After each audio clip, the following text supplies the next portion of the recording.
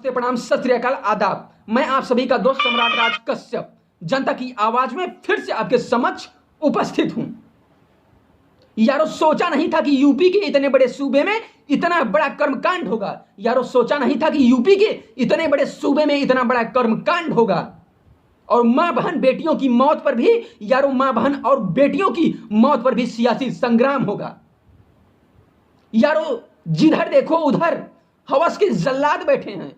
यारो जिधर देखो उधर हवस के जल्लाद बैठे हैं। संभाल के रखो अपनी फूल सी बेटियों को, संभाल के रखो अपनी फूल सी बेटियों को, क्योंकि देश चलाने वाले यारो बे औलाद बैठे हैं। यारो सोचिए, यूपी में 3-4 घटना एक दिन में, इतनी विदारक घटना जो हमें आपको शर्मसार कर दे, इस देश की स्थिति को शर्मसार कर दे, हमें आपको सोचने पर मजबूर कर दे कि आखिर ऐसी घटनाएं हो क्यों रही हैं। यारो इससे भी विदारक घटनाएं हैं कि जब पीड़ित परिवार के लोगों से लोग मिलने जाते हैं कि सत्ता का गुरूर इस तरह उन पे छा गया है कि लोगों को उनके परिवार से मिलने नहीं दिया जाता है। सोचिए यारो, अरे यारो लोग कल बातें करते हैं, कल याद है ना क्या है, अरे आप आज की तो बातें करिए, फिर कल की बातें हम आपको बता देंगे। यार कुछ प्रश्न है हमारे पास जो हम आपके पास रखना चाहते हैं, आपको बताना चाहते हैं, और आप इस प्रश्न का सवालों को जरूर ढूंढिए, आखिर ऐसा क्यों किया जा रहा है। यारो पुलिस ने जो उस पीड़िता के साथ किया उसे आपको अवश्य जानना चाहिए। यारो 8 दिन, पहला सवाल यह है कि 8 दिन बीत जाने पर भी पुलिस के द्वारा उस पीड़िता का बयान दर्ज क्यों नहीं किया गया। और दूसरा सवाल यह है कि अगर हालात उसकी खराब थी, स्थिति उसकी ठीक नहीं थी उस पीड़िता की, तो उसे एम्स में भर्ती क्यों नहीं करवाया गया। और धारा 144A में ए के तहत मजिस्ट्रेट के सामने उस पीड़िता का बयान क्यों नहीं दर्ज करवाया गया। यहां तो बात बात पर लोगों और यारो यहां तो बात बात पर सरकार के द्वारा NSA एक्ट और गैंगस्टर एक्ट लगा दिया जाता है। तो उन दरिंदों के ऊपर ऐसा एक्ट और उनका घर क्यों नहीं गिराया जाता है। ये मैं जानना चाहता हूं, पूछना चाहता हूं कि आखिर ऐसा क्यों हो रहा है। सोचिए यारो कि अगर प्रियंका और राहुल जी उस पीड़ित परिवार के लोगों से मिलने जाते हैं तो उन्हें बीच रास्ते में ही रोक दिया जाता है, यमुना एक्सप्रेस पर उन्हें रोक दिया जाता है और उस पीड़ित परिवार से उन्हें मिलने नहीं दिया जाता है और उन्हें गिरफ्तार कर लिया जाता है और पीड़ित परिवार से मिलने नहीं दिया जाता है। और मंत्री बोलते हैं कि राहुल और प्रियंका वहां पर फोटो खिंचवाने गए थे। अरे शर्म करो मंत्रियों, क्या तुम भी बे औलाद हो क्या? तुम्हारे पास भी कोई औलाद नहीं है क्या कि ऐसे शर्मनाक बयान देते हो मीडिया के सामने? तुम्हें तो चुल्लू भर पानी में डूब के मर जाना चाहिए। यारो कुछ बातें हम और आपको बता देना चाहते हैं जो 7 साल पहले हमारे और आपके सामने रखी गई थी, हमें और आपको बताई गई थी। यारो जब सत्ता आने वाली थी तो 7 साल पहले इस देश में नारा लगाया गया था, लंबे लंबे नारे लगाए गए थे। यारो इस नारे में 5000 जगहों पर, इस नारे को 5000 जगहों पर भी चस्पा किया गया, चिपकाया गया। और वो नारा क्या है हम आपको बता देना चाहते हैं कि यारो बहुत हुआ महिलाओं पर वार, यारो बहुत हुआ महिलाओं पर वार, अब की बार मोदी सरकार। तो हम जानना चाहते हैं कि अब मोदी सरकार कहां है, क्या कर रही है। एक दिन में यूपी में 4-4 कर्मकांड, 4-4 रेप होते हैं यूपी में, और सरकारें उनके प्रति संवेदना तक नहीं प्रकट कर पाती हैं, संवेदना तक नहीं देती हैं और बातें करती हैं कि यारो महिलाओं की सुरक्षा हम करेंगे। अब हम जानना चाहते हैं वो सरकारें कहां हैं जो अभी तक पीड़ित परिवार को संवेदना तक न प्रकट कर सके। ऐसी सरकार, ऐसी निकम्मी सरकार और बाहरी सरकार को हमें आपको बताना पड़ेगा, हमें आपको जगाना पड़ेगा। और यारो 7 साल के भीतर कितने कर्मकांड हुए हैं वो भी हम आपको बता देना चाहते हैं। यारो जनवरी 2013 से लेकर सितंबर 2020 तक की बातें हम आपको बता देना चाहते हैं और आपको जान अवश्य लेना चाहिए। यारो सितंबर 2013 में आपको निर्भया कांड याद होगा, उसके बाद जितनी घटनाएं हुए हैं वो भी हम आपको बता देना चाहते हैं। 2012 में रेप की संख्या 29,000 थी, 2013 में 30,000, 2014 में 32,000, 2015 में 32,000, 2016 में 33,000, 2017 में 33,000, 2018 में 33,356 केस रेप की और 2019 में 33,000। यानी अगर आप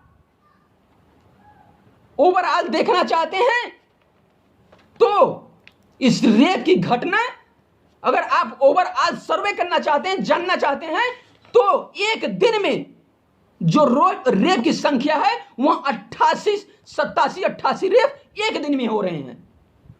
और सरकारें बातें करती हैं महिलाओं की सुरक्षा की। आखिर ऐसा क्यों हो रहा है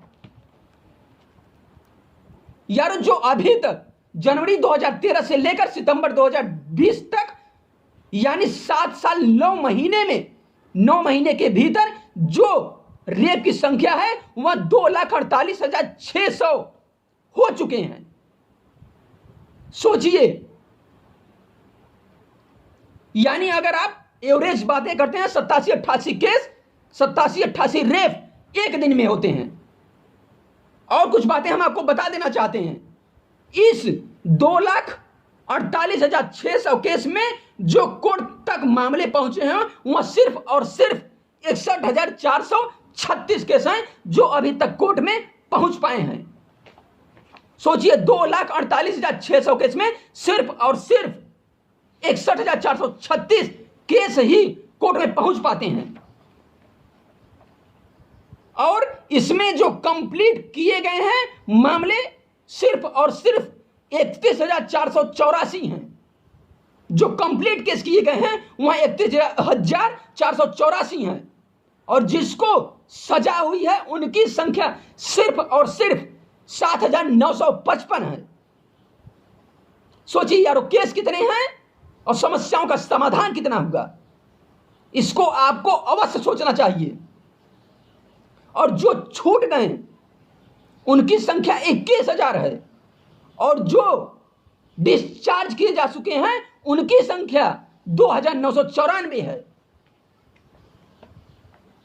सोचिए यारो, आप एक बार अवश्य सोचें, क्योंकि यारो हमें आपको बदलना होगा, हमें आपको सोचना होगा ऐसी देश की स्थिति आखिर क्यों बनाई गई, आखिर ऐसी स्थिति दिन प्रतिदिन क्यों हो रही है, ऐसी घटनाएं दिन प्रतिदिन क्यों बढ़ रही हैं जो हमारे आपके सामने दरिंदगी की हदें पार कर दे रही हैं, जो हमें आपको इस देश की स्थिति को बेखौफ कर दे रही हैं।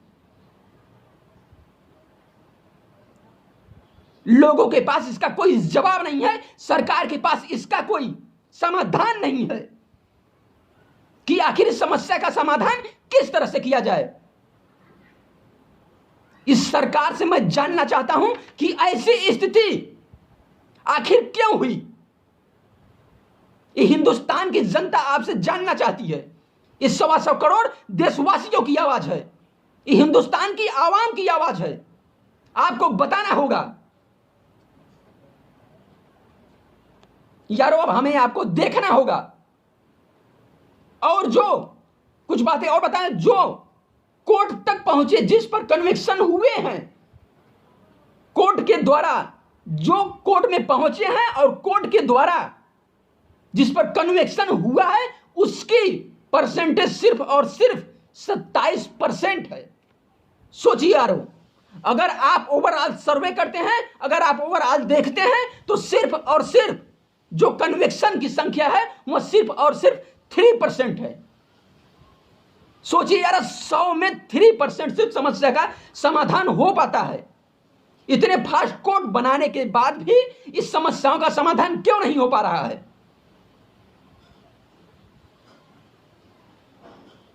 जब चुनाव आते हैं तो लंबे लंबे भाषण चलते हैं, लंबे लंबे जुमले चलते हैं, और समस्याओं का समाधान करना होता है तो इन सरकारों के पास कुछ भी नहीं होता है। और हमारे देश के प्रधान सेवक के द्वारा जो कहा गया था, आखिर उसका पालन क्यों नहीं किया जा रहा है? सोचिए यारो, और लगता है हम आप और यारो इन्हीं सरकारों के द्वारा और इन सरकारों में जो नारा दिया गया था यारो, लगता है हम आप उसे गलत पहचानते थे या फिर मानते थे, क्योंकि यारो सरकारों के द्वारा नारा भी दिया गया था कि बेटी बचाओ बेटी पढ़ाओ, लेकिन हमें ऐसा प्रतीत हो रहा है, हमें ऐसा दिखाई दे रहा है यारो कि इनका नारा बेटी बचाओ बेटी पढ़ाओ नहीं था, बल्कि इनका नारा था यारो अपराधी बचाओ और बेटी जलाओ, बल्कि इनका नारा था यारो अपराधी बचाओ बेटी जलाओ। और यारो अगर आप अपनी मां बहन बेटियों के लिए शेर हैं, और अगर आप अपनी मां बहन और बेटियों के लिए शेर हैं, तो दूसरे की मां बहन बेटियों के लिए भी शेर रहना सीखिए, शेर बनना सीखिए। कुत्ते मत बनिए, क्योंकि यारो ये जनरेशन शेरों की जनरेशन है, कुत्तों की जनरेशन नहीं है। हमें आपको बदलना होगा। अब नारा नहीं यारो, न्याय चाहिए। अब सिर्फ नारा नहीं यारो, न्याय चाहिए, क्योंकि ये मेरी आवाज नहीं है, ये हर हिंदुस्तानी की आवाज है, और ये हर हिंदुस्तानी की आवाज होनी चाहिए। अब नारा नहीं, सिर्फ और सिर्फ न्याय चाहिए, और ये हर हिंदुस्तानी की आवाज होनी चाहिए। इन्हीं शब्दों के साथ हम अपने वाणी को विराम देते हैं। धन्यवाद।